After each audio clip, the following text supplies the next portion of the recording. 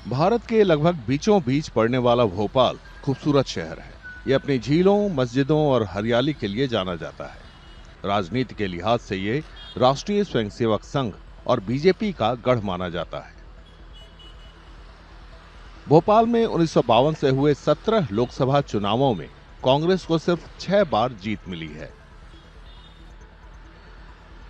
यहाँ एक बार बीजेपी की पूर्ववर्ती भारतीय जनसंघ को जीत मिली, जबकि बीजेपी 9 बार जीती। 1989 से तो बीजेपी लगातार जीतती आ रही है।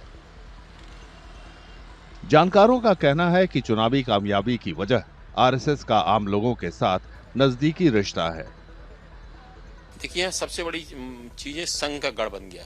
संघ के लोग आप यहाँ देखिए, हर घर घर में जाते हैं। कोई ऐसा नहीं कि चुनाव है तभी जाते हैं। कभी तिथि त्योहार हुआ, कभी वैसे पहुंच गया, किसी घर फोन किया कि हम आपके यहाँ चाय पीने आना चाहते हैं, या कोई और चीजें, तो आपको बात करेंगे। संघ के देश के प्रति जो भी उनकी भावना बताते हैं, लोगों को जाकर बीच बीच में कार्यक्रम करते रहते हैं। लोगों के मन में इतना भर दिया है कि हिंदुत्व और संघ की बात ही यहाँ के लोग करने लगे हैं। बीजेपी का दावा है कि वे भोपाल में लगातार लोगों के लिए काम करते रहे हैं। यही उनकी जीत की वजह है। भारतीय जनता पार्टी कुछ एक नया करने का प्रयास भी होता है, और भोपाल में जब हम काम करते हैं, जनता के मुद्दों को लेकर के जब भारतीय जनता पार्टी काम करती है, लगातार जनता के बीच में रहती है, तो उसका प्रतिफल हमको यह मिलता है कि भारतीय जनता पार्टी के प्रति लोगों की अगाध श्रद्धा है, और भारतीय जनता पार्टी यहाँ चुनाव जीतती है। लगातार एक जीत का क्रम हमारा बढ़ता है। न केवल चुनाव जीतते हैं, वरन वोट प्रतिशत भी भारतीय जनता पार्टी का लगातार बढ़ा है। जानकार बताते हैं कि पिछले 3 चुनावों में हर बार बीजेपी के उम्मीदवार अलग रहे हैं, फिर भी उन्हें भारी अंतर से जीत मिली है। 2019 के चुनाव में फायर ब्रांड नेता साध्वी प्रज्ञा सिंह ने 2 बार कांग्रेस के मुख्यमंत्री रहे दिग्विजय सिंह को करीब 4.25 लाख वोट से हराया था। यहाँ जो है पूरी तरह से संघ का गढ़ बन गया है। यहाँ ये नहीं निर्भर है कि आप किसको कौन उम्मीदवार है, ये है कि भारतीय जनता पार्टी से कौन है, उसको यहाँ जनता वोट देती है। वो चाहे कोई काम करे या ना करे, भारतीय जनता पार्टी सांसदों को आप देखिए, पिछले 3 बार से लगातार भारतीय जनता पार्टी सांसद बदल रही फिर भी वो जीत रही है। उम्मीदवार बदलने के बारे में बीजेपी का कहना है कि इससे नए सदस्यों को चुनाव लड़ने और आगे बढ़ने का मौका मिलता है, जबकि कांग्रेस का आरोप है कि बीजेपी के चुने हुए सांसद काम नहीं करते, पार्टी के लिए वोटर का सामना करना मुश्किल हो जाता है। इसी वजह से वो चुनावी मैदान में नए चेहरे उतारती है। तो लगातार जीत और नए कार्यकर्ताओं को अवसर देना, ये भारतीय जनता पार्टी में नए कार्यकर्ताओं को भी जो अवसर देना है, ये भी एक विशेषता है कि भारतीय जनता पार्टी को जीत का आधार मानते हैं। और इसके कारण दूसरे पक्ष के पास तो उम्मीदवार नहीं होते, उम्मीदवार चुनाव लड़ने के लिए तैयार नहीं होते। कांग्रेस से कोई चुनाव लड़ने के लिए तैयार नहीं है कि लोकसभा का चुनाव वो लड़े। पिछली बार भी ये स्थिति थी, अभी भी। आज मध्य प्रदेश में भोपाल की जनता को समझना पड़ेगा कि बीजेपी हर बार एक नया प्रत्याशी इसलिए देती है क्योंकि वो 5 साल उसका सांसद दिखता नहीं है।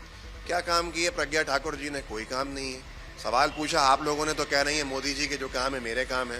भाजपा ऐसे प्रत्याशी बनाती है जो काम नहीं करेंगे, और इस सीट को सेफ रखने के लिए कि कोई जनाधार ना बने, बार बार प्रत्याशी बदले जा रहे हैं। हालांकि जानकारों का कहना है कि कांग्रेस के भोपाल से लगातार हारने की वजह कुछ और है।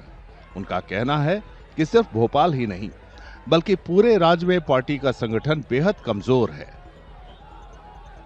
देखिए, कांग्रेस की यहाँ बहुत सारी कमियां। कांग्रेस का संगठन इतना कमजोर हो गया। दिग्विजय सिंह 10 साल मुख्यमंत्री रहे। जहीर अहमद जी जिलाध्यक्ष थे कांग्रेस पार्टी, वो अपनी कार्यकारिणी नहीं बना पाए, अकेले जिलाध्यक्ष चलते रहते। अब किसी के पास 4 वोट नहीं है, लेकिन सब वरिष्ठ पदाधिकारी बने हुए, बड़े नेता बने हुए हैं। और लगातार आप देखें, कांग्रेस ने कोई बड़े बदलाव नहीं किए। आप पिछले 25 साल से उठा के देखिए, वही नेता आज पीसीसी में घूमते दिख जाएंगे, वही आपको कांग्रेस पार्टी की तरफ से दिख जाएंगे। कोई ऐसा, जो कांग्रेस की सबसे बड़ी गलती रही, उनने एक सेकंड लाइन तैयार ही नहीं की। कांग्रेस का कहना है कि बीजेपी धर्म के आधार पर लोगों को बांटने में कामयाब रही है। यही वजह है कि कांग्रेस भोपाल में हार जाती है। कांग्रेस का यह भी आरोप है कि लगातार जीतने के बावजूद बीजेपी ने शहर में विकास की अनदेखी की है। 20 साल से जनता ने मौका दिया, राजधानी बदहाल से बदहाल होती गई, तब भी दुष्प्रचार के माध्यम से चुनाव जीतने का काम बीजेपी ने किया। कास्ट इक्वेशंस को देखें तो उसने भी जनता को ठगा है। कांग्रेस पार्टी ने कहाँ कोई कमी रही है कांग्रेस पार्टी के सिलेक्शन में, सबको देखकर एक बेहतर से बेहतर प्रत्याशी देने का प्रयास है और हमें पूरी उम्मीद है कि इस बार जनता चयन करने में कोई गलती नहीं करेगी। आने वाले चुनाव के लिए बीजेपी ने आलोक शर्मा को भोपाल से उम्मीदवार बनाने का ऐलान किया है। फिलहाल ये सीट साध्वी प्रज्ञा सिंह के पास है। आलोक शर्मा हाल में हुए विधानसभा चुनाव में भोपाल उत्तर सीट से हार गए थे। कांग्रेस ने अभी तक भोपाल सीट के लिए अपने उम्मीदवार के नाम का ऐलान नहीं किया है।